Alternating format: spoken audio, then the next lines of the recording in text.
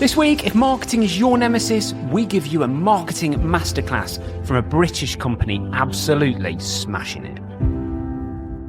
Welcome to the Profit Cash Growth Podcast. This is the podcast for 6 and 7 figure business owners who are looking to grow a financially successful business. My co-host, Claire Hancock, is a finance director, chartered accountant and entrepreneur. And every week, I'll be exploring guidance and frameworks designed to help you increase your profits, improve your cash flow and grow your business.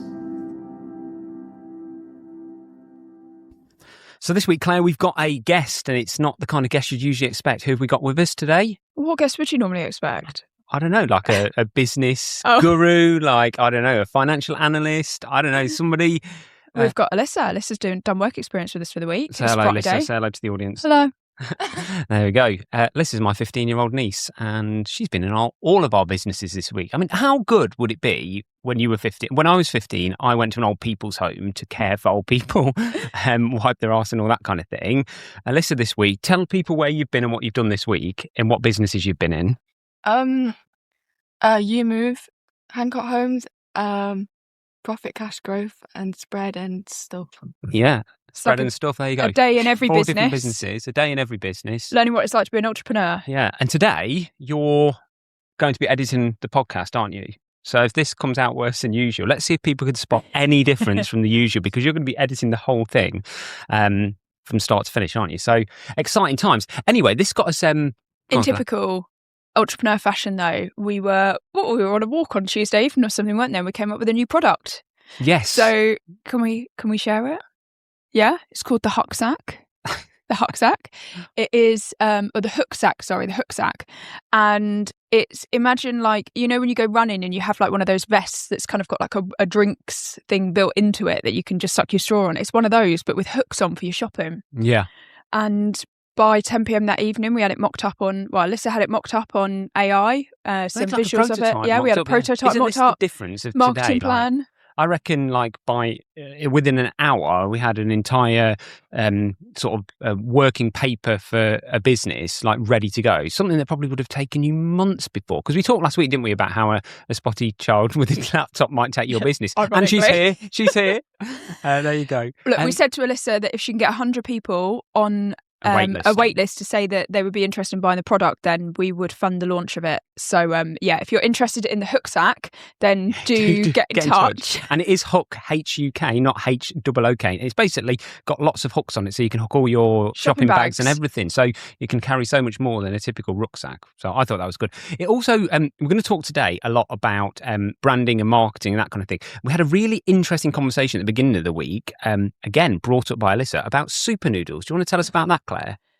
Yes, because you went to the supermarket and you didn't want to buy the super noodles because you said they looked like cheap fake imitation, and Bachelors have redone all of their branding and they don't look the same anymore, and Alyssa didn't want to buy them. Walked on by. Yeah.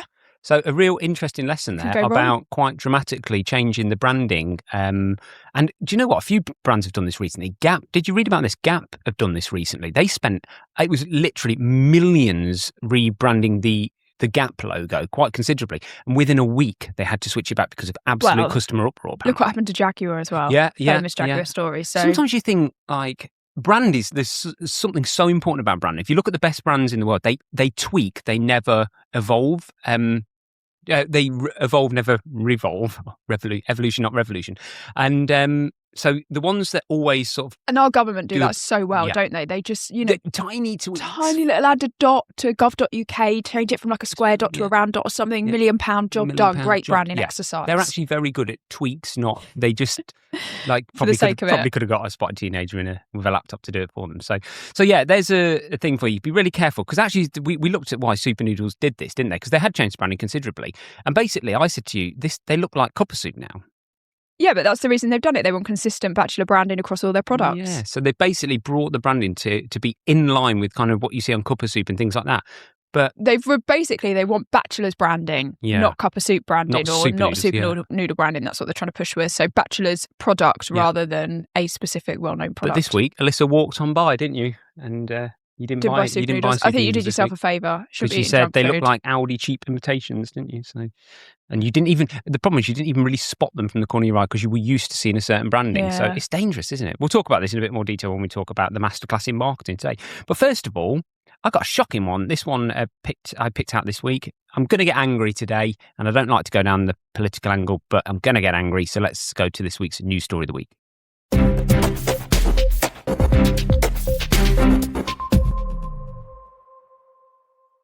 So this week, Claire, I want to talk about this news story. It's all unravelling quickly. So the headline said, government will spend £400 million implementing the mansion tax and only expects to raise £400 million from it. Yeah, it's bloody ridiculous, isn't it?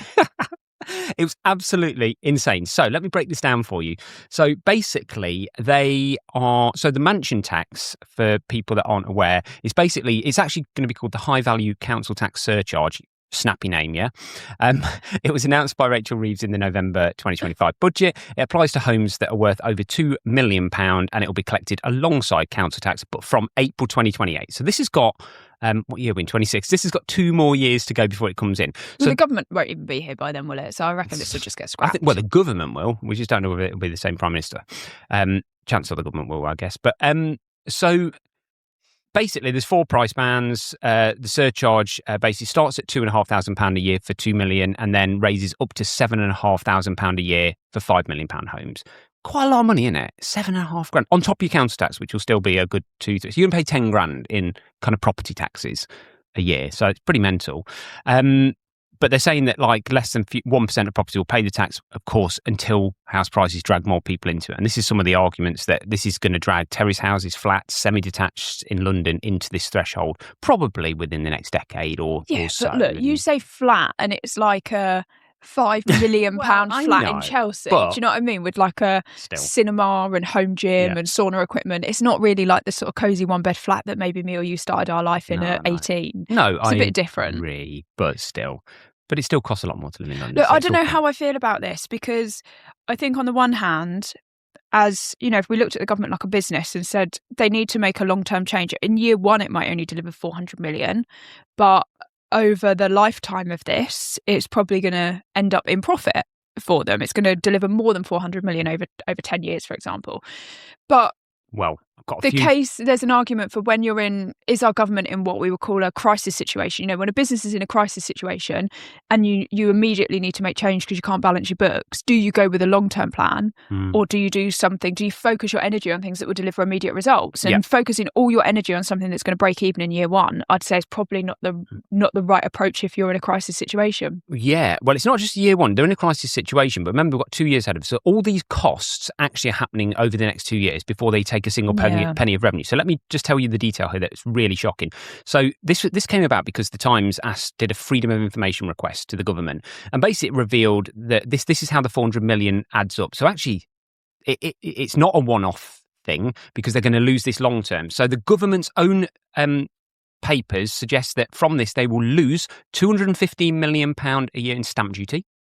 They're going to lose £65 million a year in inheritance tax. And then basically they're spending, this is the one that blows my mind. It's going to cost them £120 million for the cost of identifying and valuing the homes. Bloody hell. So that is just the cost, just to find the homes, over 2 million. That is like, when you own the land registry, this just like blows my mind. Like, just to administer this, just to basically find the homes they need to tax, the cost is £120 million. Zoopla could do it. Exactly. Just give them $1 million. I reckon they'll do it for you. Yeah. So if Zoopla can do it, why can't? Because it's not going to be. I mean, how many houses in the UK do they think are going to be hit by it? 165,000. It's not that many. Yeah. So what they're saying is going to cost like £1 million per house. This is ridiculous. £1 million per house.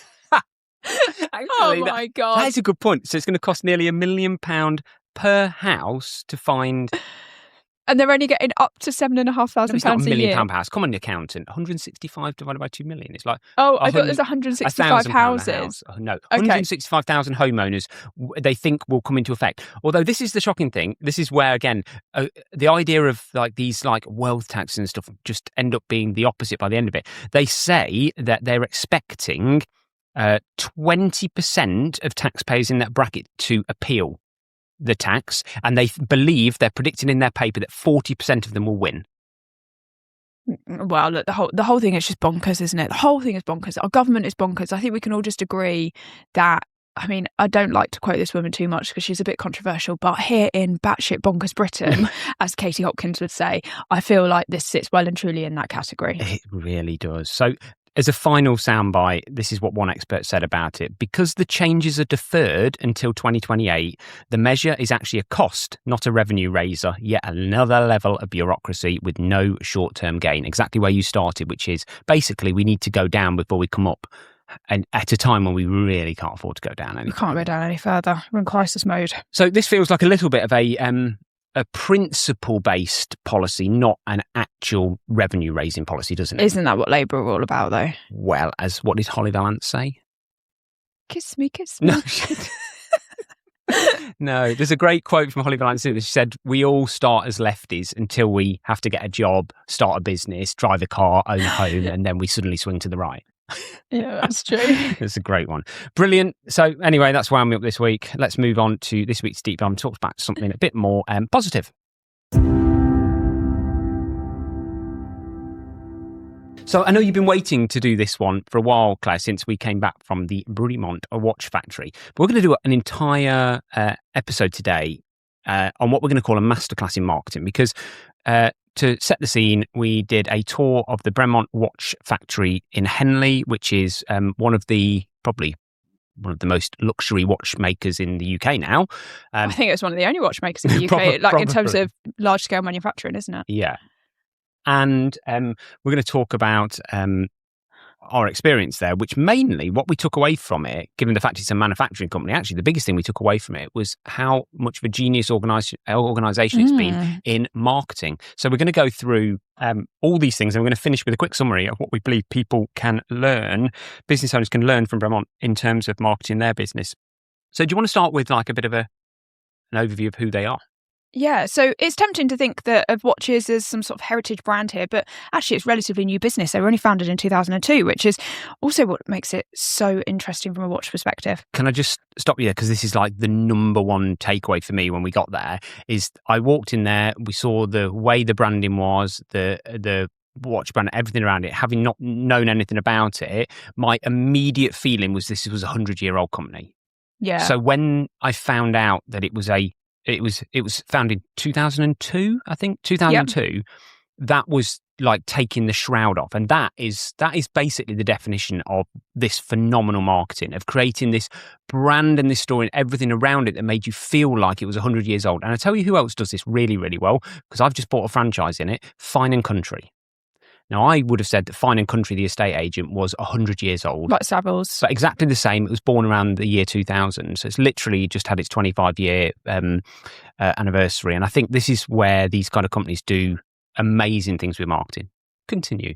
Yeah, so founded in 2002, they make about 10,000 watches a year, turnover about 40 million. And they're based near Henley-on-Thames. They've got a state-of-the-art facility there.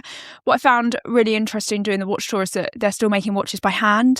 They've got, you can literally see the watchmakers in there making the watches. So it will please our audience to hear that even a brand as big and a business as big and successful as this still had people problems, because they found it really difficult to recruit people, particularly being quite rural in Henley. They said that a lot of their staff were driving up to an hour to get to work every day. Yeah, they really were, because they can't get those. They couldn't get that skills in such an affluent area, and it's amazing they didn't just like move. They were deciding to build a gym and kind of like a breakout area in the hope of attracting more young talent. Because as you can imagine, it's not really like a number one skill that people think in school. I'm going to be a watchmaker. So yeah, they were doing everything that they could to attract and retain young people into their business so that the art of watchmaking doesn't die out. Yeah. To put this in context for you, Rolex make about 1.2 million watches a year, and Bremont is making just 10,000. So it's a really deliberate attempt to keep numbers really small and niche. And that's what we're going to learn throughout this whole thing, isn't it? And this is like, it's like immensely brave and also like completely like difficult to do as a business owner, which is to basically like deliberately sell much less than you could actually sell. I don't think anybody has got the balls to do it. These guys had the balls to do it, but I wouldn't have the balls to do it. Like literally turn down money, turn down customers because to create, this environment. Exactly what Rolex and people like that do. It's mental, isn't it? There was a watch there. We won't give it away too much, but there was a watch there you really wanted. And to be honest, we would have paid like tens of thousands of pounds for that watch. It was so unique and so special, but they just didn't have one. Yeah. And they, it's just limited edition, end of, we don't have one. And we were like, well, how do we get one? Do they sell it on the secondhand market? And they were like, just go on this website, have a look. But just this is the number, that's it. So it's interesting because it's not just about chasing turnover, because it's clear when you look at the building, I don't know what their kind of profitability or their margins look like, but they felt like a high margin business, didn't they? I mean, state of the art. Everything was state of the art. For a business that's only 20 years old, they had the absolute nuts of a factory office. I mean, this thing felt like we were going into Aston Martin's factory, if you've ever seen that on TV, around the lake and all the rest of it. It was unbelievable. So it clearly works. Do you mean Aston Martin or Red Bull?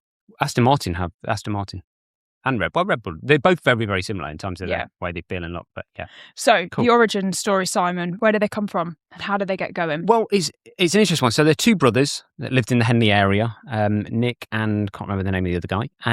And basically the origin story is they lost their father in a plane crash in 1995. And basically they made that whole tragedy the sort of emotional core of the entire brand of Bremont.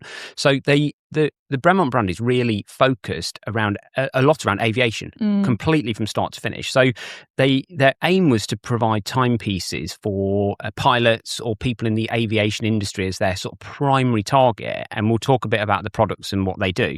But I guess this is the key to this, is that it's about really niching down, isn't it? So not only did they say we're going to build a watch, they also then said we're going to build a really luxurious and expensive watch. So we're going to take out like 99% of the market and focus on 1% that can afford our watches. They then said within that 1%, we're only going to really target people who are in aviation. So initially it was the aim, it's actually selling to people in aviation, pilots. So it was about really, really reliable timepieces to pilots. And then that just became the backbone of like the story around it. So this is a really good example with that a lot of business owners struggle with, where they failed to often recognise just how small a niche market they need to have an amazing multi-million-pound business. And this was a really good example of that. I want to talk a little bit about the name Bremont, because we learned a bit about that, didn't we? And actually the name's got no connection whatsoever to the family anybody or anything. It actually came from a French farmer. I can't even remember why or what, but the guys basically went on the hunt for a deliberate name for the brand, didn't they?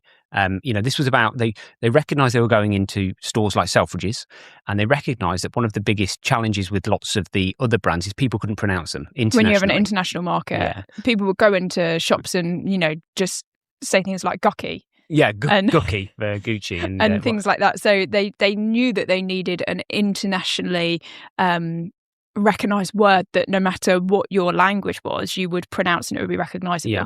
And so for whatever reason, they landed on, I think they saw this from a French farm. They saw the word Bremont and they were like, well, you can only really get that in two ways, Bremont or Bremont, and you can't really go too far wrong. So that's kind of the origin story behind it.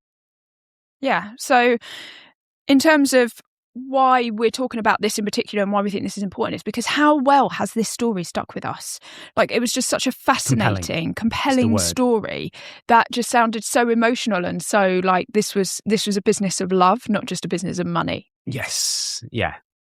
And I think you were buying into something. If you're wearing something around your wrist, I think if you're spending that kind of money, this is where this will all come to when you add up all these bits, because they actually aren't doing one thing, they're combining 5 things. Because even as we're talking about this, I'm realizing that's not the reason I thought I wanted the watch, but actually that is one of the reasons, the origin story, as well as the individual timepieces as well. But they're creating this story on your wrist. So if you're going to spend, upwards of £5,000 on a watch, actually, you want a bit more than a timepiece. You want to be able to tell that story to somebody else. Otherwise, it's just a watch, isn't it? Exactly.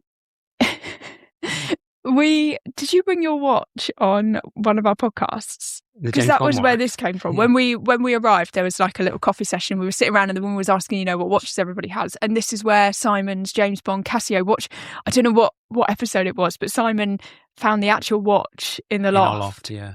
And okay, that's not quite the exquisite, expensive item that we're referring to, but it's like you've got such an emotional connection to that now that watch has stayed with you for 35 years. It's an example of It was because it's a limited edition. They made it once. They made it play the James Bond theme. So when the alarm goes off, it sort of goes do do do do do do do do do do do, and that's kind of cool and all the rest of it. And I kept it. I mean, it's not really worth anything, but these things could be. And this is where this whole like collector market comes from and all the rest of it. So look, what are we saying is the moral to this bit for small business owners is about making sure that you've got a compelling origin story. Yeah. Even if you Don't be that people, why did I start Profit Cash Growth? Yes, I do actually like being an FD. I like working with small businesses. It's a bit of a hobby as much as it is my job, but there's way more to that than I think we've probably ever shared with people. So it's made me think that maybe we need to start talking about this a little bit more. Yeah. Absolutely. I think, things like that, these origin stories, I mean, we get genuine passion from, we've done it in our own business. We know what the power of managing a business by its numbers when the numbers can tell a compelling story and you can make a decision from it. So what? I've talked about starting, it was actually Business Planet, wasn't it, when I was 21? And me and you were in our kitchen one evening talking about the businesses that we were going to launch. So yeah, maybe I need to start talking about things like that a bit more in PCG. Amazing. So moving on, what else did Bremont do really, really well? And for me, this was I just thought, as soon as I saw this, I was like, oh my God, this is just like genius. And this is why you wanted to buy a watch too. And they engineered scarcity. So not only have they engineered like a limited amount of products, they only make about 10,000 products a year, but they'd also gone and got these bits of history and made these limited edition ranges. So as an example, the watch that Simon wanted was called a Codebreaker watch, and it had a bit of the Enigma machine in it. And it's just so cool. So I think there's only like 200 of these watches. And every run they do 200 or 300 maximum. Every watch had a glass back, and it had a bit of the Enigma machine in it. It came with this whole story around Stephen Hawking, and that was the reason. Oh no, Stephen Hawking? No, not Stephen Hawking. That was a different one with a meteor writing it, wasn't it? And then they had these other watches that had like bits of a Spitfire propeller in it, and they've been really clever. And even in the cases when we were walking around the factory, they kind of had like a glass case for each watch as like a display cabinet, and you could see the original bit of material where they had stamped it out. Yeah, they did it with the Wright brothers, the first flight, and they had a piece of the Wright brothers wing which was made of material, and they'd stamped a piece of each of the wing out and put it into the back of the watch, visible from the glass back of the watch. Every watch had its own number within the limited edition. Now, the thing that you've not seen, because they didn't show this in the tour, but when I've gone to buy these secondhand, because I have been looking, when they sell these, they actually don't. The watch comes with an enormous amount of paraphernalia as well. So they come in this big, like A4 leather bound, like the Codebreaker one, because it's A4 leather bound wallet with like bits of war memorabilia in it, and like a Codebreaker notebook and some pen and all this. They theme the whole thing from start to finish. So then the whole package becomes something that remains throughout history as you keep it, sell it on, or various other things. So yeah, fantastic. I love with the Codebreaker one, they hadn't written Bremont on it as well. That was in code as well. So even down to like those tiny little details, they'd thought of everything. And to be honest, if we'd gone on a watch factory tour, I don't think we ever would have considered buying a watch. But if they'd had a Codebreaker watch, we would have bought it, because just this story was just so compelling. So it is quite difficult for people like small businesses to get something like that and link it into their business. Like how could I do something that becomes so exclusive and has a story and a life of its own in Profit Cash Growth as an accountant? I'm not sure we could, but maybe it's something for us to think about. And that sort of moves us on to kind of their signature story within the story, which is the Martin Baker watch. Now, this literally changed the game for them. So I think this is probably the start of where these limited editions came from. But basically, Martin Baker is the manufacturer of an ejector seat for jet planes, sort of fighter jet planes. And this is effectively what they wanted to do, is create effectively one of what they called the most exclusive products in the watch world. So basically, the Martin Baker watch is a watch that is only eligible. So talking about niching down, we're about to niche down in a niche down in a niche down. This is insanely niche. Basically, they created a Martin Baker watch which could only be purchased if you've been ejected from a jet fighter Martin Baker seat, right? So these were like, and they basically, this runs indefinitely. So you can still get one of these days. So if you go out tomorrow and get yourself ejected from a Martin Baker jet fighter seat, you can then prove that to Bremont, and you can buy a Martin Baker watch with the red barrel around it, basically. Now, we genuinely thought this was a bit of a marketing thing, and we said, how much is it? As in, how much is it to get ejected and get a watch? We were like, surely you could just buy this as a package, right? You can go and, you just skydive, you just go get launched out of a jet plane, get a free watch. Well, you probably have to buy the watch. She did quite quickly point out to us that our bones wouldn't survive the ejection. No, she didn't say that. She said because of the G-force and the altitude, you end up a bit shorter. But we were like, that's fine for our age because, we're quite tall people already. Like, it'll be all right. And we're youngish. So now's the time to do it. So where do we sign up, please? So what they did with this is that they did end up expanding the Martin Baker watch to the general public. But what they did is they put like different coloured barrels around it. So basically, the only people that are allowed a Martin Baker official watch with the red barrel around it is the people with the eject seat. So there's now this whole story that like if you ever meet somebody who's got a Martin Baker red barrel watch, that is like they are like the genuine nuts. Do you know what I mean? Like these are the real deal. Yeah. And I remember she said, look, if you ever meet anyone like that, give me a call. Like it's that like scarce. So absolutely amazing, really, the whole story around that. And I think that spawned off the various other things. And I think this leads on nicely to partly how they've grown so quickly in quite an area that's probably quite difficult to break into, because when you think of watches and things like that, obviously most people are going to think of like Tag and maybe like Rolex and kind of all these other brands, and maybe people don't know who Bremont is, but they've been able to break through because they've done these really exclusive partnerships. So this whole Martin Baker ejector seat was one of them, but they have particularly a focus for them has been on armed forces and squadrons, individual squadrons. So they'll create a like bespoke watch for every for your squadron or your regiment, and they'll basically they take your badge and your identity, and it's a complete bespoke design that is only available to you and your comrades, essentially. So again, building this scarcity with that connection. I was just about to really ruin this completely and go, just like Cadbury's did with their chocolate bar.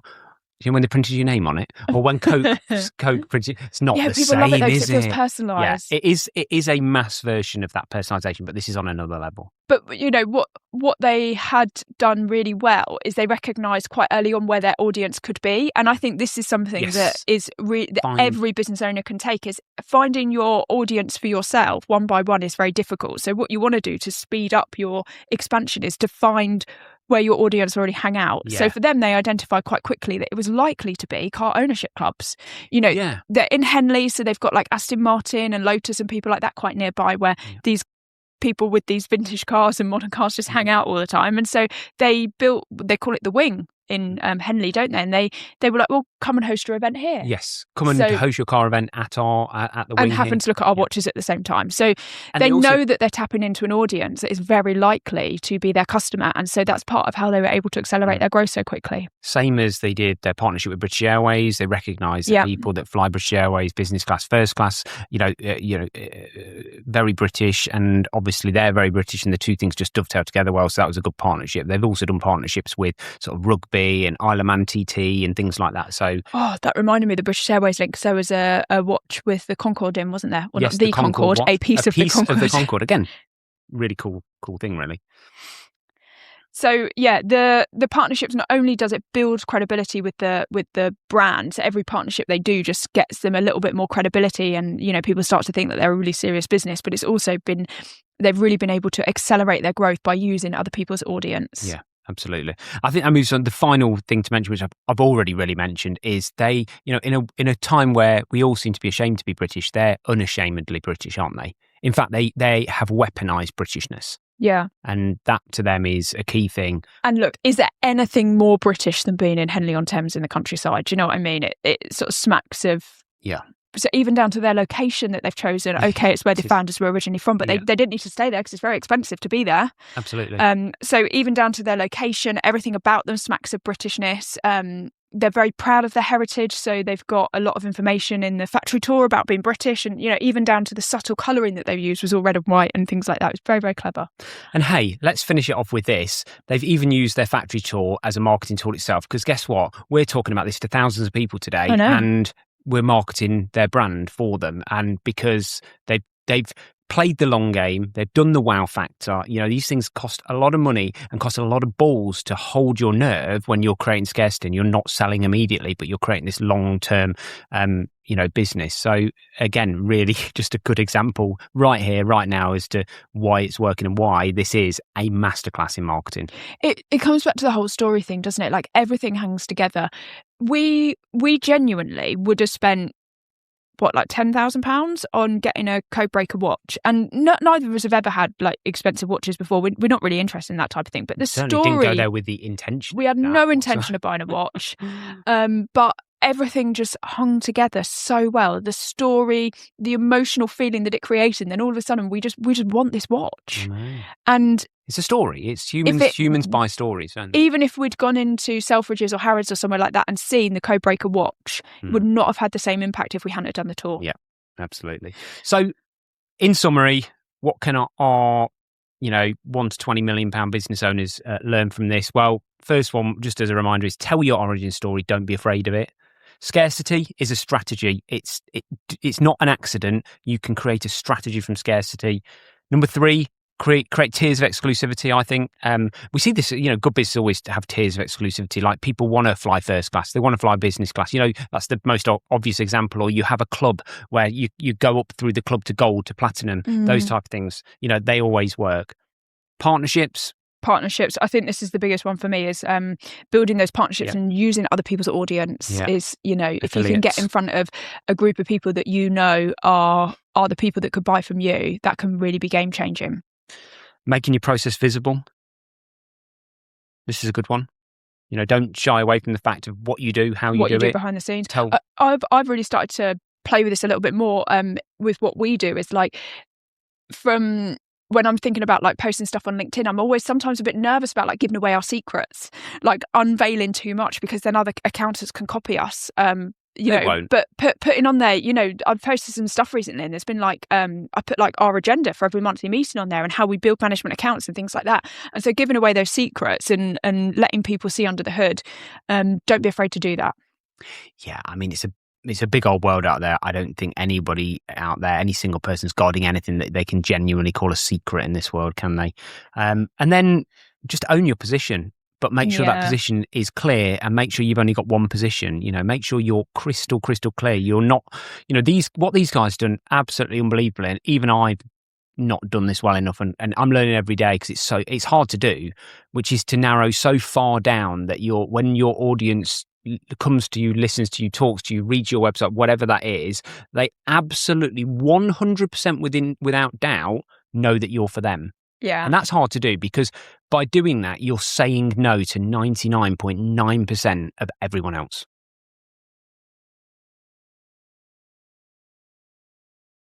Dramatic pause. That won't come out on the... That's got you speechless. That's got you completely that was speechless. A really good ending. Look, if you guys listening fancy visiting Bremont for just... Honestly, it just blew our mind from a marketing perspective. Just everywhere we looked, we were like, wow, Question, wow. Did it beat Amazon? The Amazon warehouse tour? Do you know what? I was more impressed by what these guys had done than I was at Amazon, because I felt like Amazon had been around for longer. They had so much money behind them, whereas I did genuinely feel like this was still a small business. It is. I mean, they're £40 million in revenue. They're well in the small business category. For they probably use what zero. They've broken into from getting into these, these really niche, very relationship based audiences and things like that. I think what these guys have done is really bloody impressive. And I think just go. I think the tickets are like £25 or something. You can book them on their website. Go and have a little tour and just get your eyes open to what's possible from a marketing perspective. Go, but learn from the best out there. Right, let's move on to this week's Profit Cash Growth Extra. So this week, Google Chrome has had an update. And something popped up on the update that I thought was quite nifty. It's worth telling people about, which is in their PDF viewer within Google Chrome, you can now sign documents. which you couldn't do before. So there is, have a look at that. Basically, when you open a PDF within the Google Chrome browser, there's now a little like pencil button, and you can actually squiggle over a document. So you can physically sign a document, save it, and send it over to somebody. But it's not like I think you just got to be a bit careful. It's more like it's not DocuSign, so it's not like a digital signature. No, it's just avoiding you printing it off and having to do it by hand and scan it back in, which I have to do with a lot of documents. So if somebody's sending you something, asking you to put your signature on something, you can use it. But I'd be a bit cautious about using it in the place of DocuSign or something like that, because it's probably not going to hold up in a court. Okay. Just put a little downer on your Why wouldn't it hold up in a court? I mean, I sign tons of stuff like that. If you sign it, don't you? If you're signing something, yes. But if I'm going to send something to my clients, I want to use something like DocuSign that I know is validated and I can prove that they signed it.